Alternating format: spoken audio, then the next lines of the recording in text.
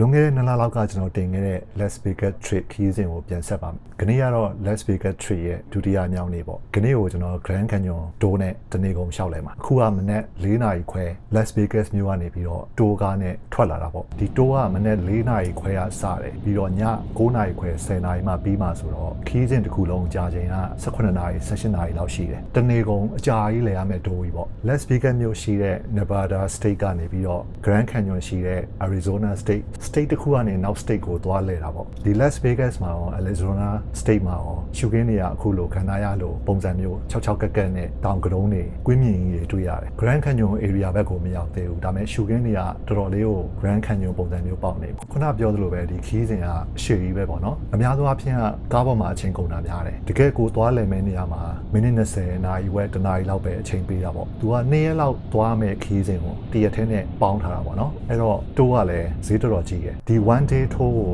Canadian dollar 900လောက်ပေးရတယ်မြန်မာငွေနဲ့တွက်မယ်ဆိုရင်တော့10သိန်း12သိန်းလောက်ရှိတာပေါ့အဲ့ဒါအစားဒီ tour ကို join ရမလားမ join ရဘူးလားဆုံးဖြတ်လို့မရဘူးပေါ့နောက်တော့တွက်ကြည့်တာဒီ Grand Canyon ကိုနောက်ထပ်သက်လာမယ်ဆိုရင်နောက်ထပ်ပတ်စံထပ်ကုန်မယ်ပေါ့နော်ပြီးတော့ဈေးပေါ်တဲ့ tour နှစ်ခုနဲ့2ရက်သွားမယ်ဆိုရင်လည်းပတ်စံတစ်လောက်ပဲကြာမယ်ပြီးတော့အချိန်ပိုကုန်မယ်ပြီးတော့ hotel စာဒီရက်စာပိုကုန်မယ်ဆိုတော့ဒီ tour ကတရက်ထဲနဲ့အများကြီးရောက်ပြီးတော့အချိန်ကုန်သက်တာပြီးတော့အနှံ့ရောက်မယ်ဆိုပြီးတော့တွက်ကြည့်လိုက်တာနဲ့မစိုးပါဘူးဆိုပြီးတော့ကျွန်တော် live ဖြစ်သွားတာပေါ့ကားပေါ်ကနေထိုင်ပြီးတော့ရှုခင်းနေကြည့်ရုံပဲပေါ့နော်တကယ်သွားမဲ့ destination တွေကမရောက်သေးဘူး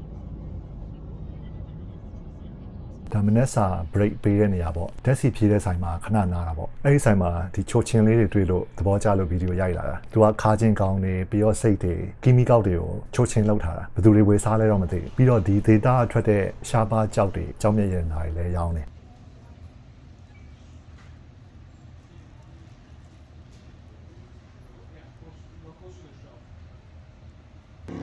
ဒါအခုကျွန်တော်တို့ကားဖြတ်မောင်းသွားတဲ့ဓာတ်ဆီဆိုင်ဘေးက highway လမ်းမကြီးပါအဲ့ဒီဆိုင်မှာကျွန်တော်ကြက်ကြော်နဲ့အေးဝယ်ခဲ့တယ်အဲ့ဒီ Arizona ဘက်ကိုသွားလေတဲ့နေ့ကဂျွန်လာပိုင်းဆိုတော့အရန်ပူတာပေါ့နော်အဲ့ဒီမှာသူတို့ထဲတဲ့အေးခွက်တွေကအခုလိုမြင်တဲ့အတိုင်းပဲခွက်အကြီးတွေပေါ့အစားအဲ့လောက်ကြီးကုန်မမလားလို့ထင်တာရာသီဥတုကအရန်ပူတော့ခဏလေးနဲ့အဲ့ဒီဘူကကုန်သွားတယ်ပေါ့နော်အဲ့ဒီတနေ့ကုန်လုံးမှာဒီလိုမျိုးအေးဘူးမျိုး3-4ခွက်လောက်တောက်ခဲ့တယ်အဲ့လောက်တောက်မှပဲသူ့ရဲ့အပူဒဏ်နဲ့ကွက်တီးဖြစ်တာပေါ့ပြီးတော့တိုးမှလည်းသူကရေတွေအလကားပေးတယ်ပေါ့နော်သူ့ရဲ့ရေလဲတောက်တယ်ခုလိုမျိုးအေးခွက်တွေ3-4ခွက်လောက်လဲတောက်ခဲ့ရတယ်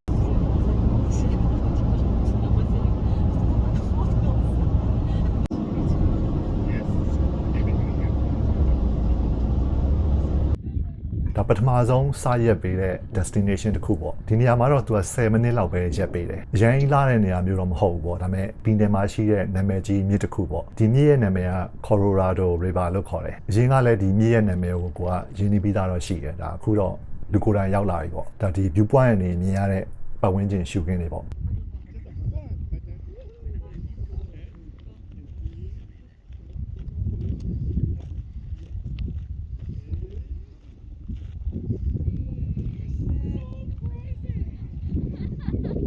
ဒီ highway လမ်းမကြီးပေါ်ကနေဝင်လာတာပေါ့ပြီးရင်ကျွန်တော်တို့အဲ့ highway လမ်းမကြီးပေါ်ကနေပဲရှေ့ဆက်သွားမှာပေါ့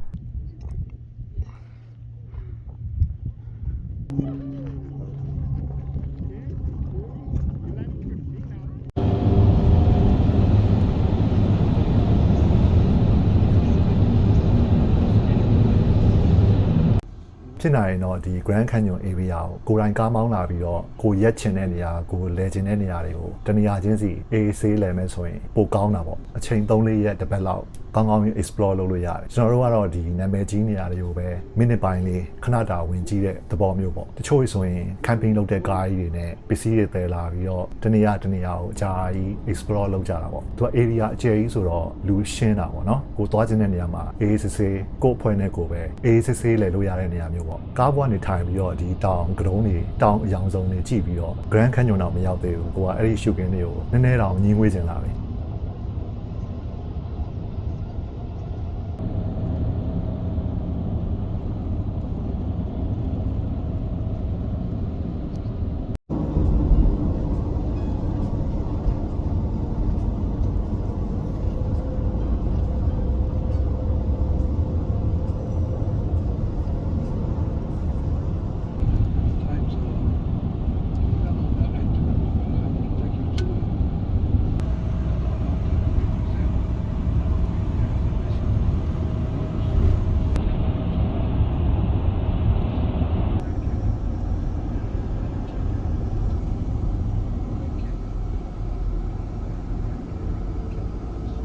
ဒုတိယမြောက် toilet break ပေါ့ဒါအဲ့ဒီဆိုင်ထဲမှာရောင်းတဲ့အသားကြောက်တွေဒီမှာဒီမှာဆိုရင်နယ်ဒီဘက်သွားပြီဆိုရင်စိတ်သားကြောက်ဆက်သားကြောက်အဲ့လိုမျိုးရောင်းသလိုမျိုးပေါ့ဒီမှာလည်းသူဒေတာထွက်တဲ့တွင်းထွက်ကြောက်တွေရောင်းတာလည်းတွေ့ခဲ့တယ်တကယ်တော့ဒီ Arizona ပြည်နယ်မှာကြီးရတာသူ့ရဲ့ native လူမျိုးတွေ Red Indian တွေတော်တော်များတယ်လို့ပြောရမယ်ဒီပြည်နယ်ကဈေးဆိုင်တွေဝင်ကြည့်မယ်ဆိုရင်လည်းသူတို့လူမျိုးတွေရဲ့ထွက်ကုန်ပစ္စည်းတွေကိုအသားပေးပြီးတော့ရောင်းနေတာတွေတွေ့ခဲ့တယ်ခုခေတ်ပုံစံမျိုးထက် country style မျိုးပိုသွားတာပေါ့ဒါသူ့ဆိုင်ရဲ့ပတ်ဝန်းကျင်ကရှုခင်းနေပါ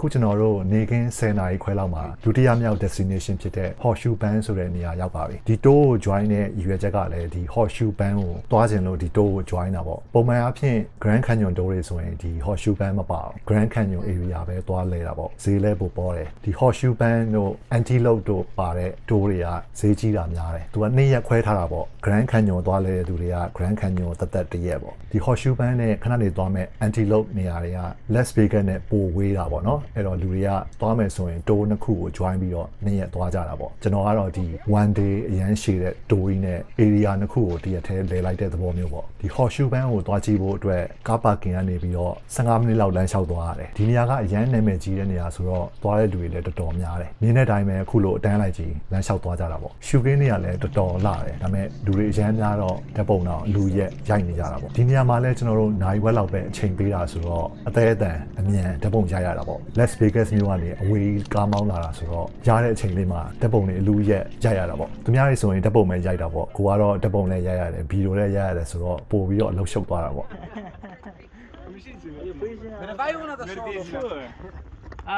After her, please.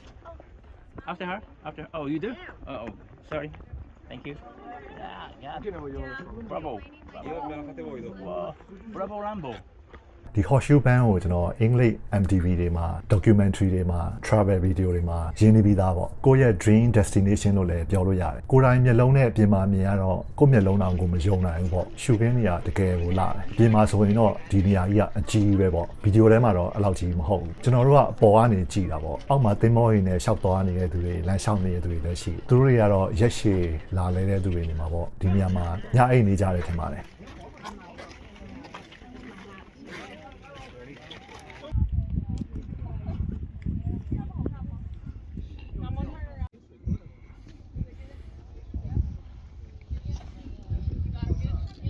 အဲ့ဒီနေရာကိုရောက်နေတော့ကတော့ဓာတ်ပုံတွေအမြန်ရိုက်နေရတာနဲ့သတိမထားမိဘူးအခုဒီဗီဒီယိုပြန်ကြည့်တော့မှကိုမတ်တက်ရက်နေတဲ့နေရာကဘယ်လောက်တောင်အန်ရများလဲဆိုတာသတိထားမိတယ်သူကကြောက်ကဘာကြီးပေါ့နော်ပြုတ်ကျလိုက်ရင်တော့ပွဲသိမ့်ပြီပေါ့သူဘာမှအကာရန်နေလုံးမထားဘူးအဲ့လိုအကာရန်နေလုံးမထားတော့ပို့ပြီးတော့တဘာဝဆန်တော့ပိုလာတာပေါ့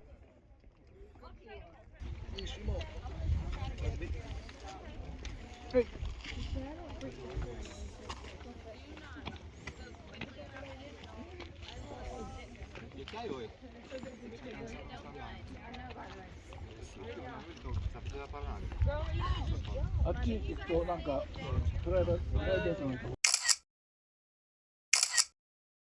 ခဏတိုးအတွက်ကျွန်တော်အသွားခြင်းဆုံးနေရာဖြစ်တဲ့ Horseshoe Bend ကိုကျွန်တော်ရောက်ခဲ့ပြီ။ကျန်တဲ့နေရာတွေကဘယ်လိုနေရာတွေလဲဆိုတာနောက်ဗီဒီယိုမှာစောင့်ကြည့်ပါနော်။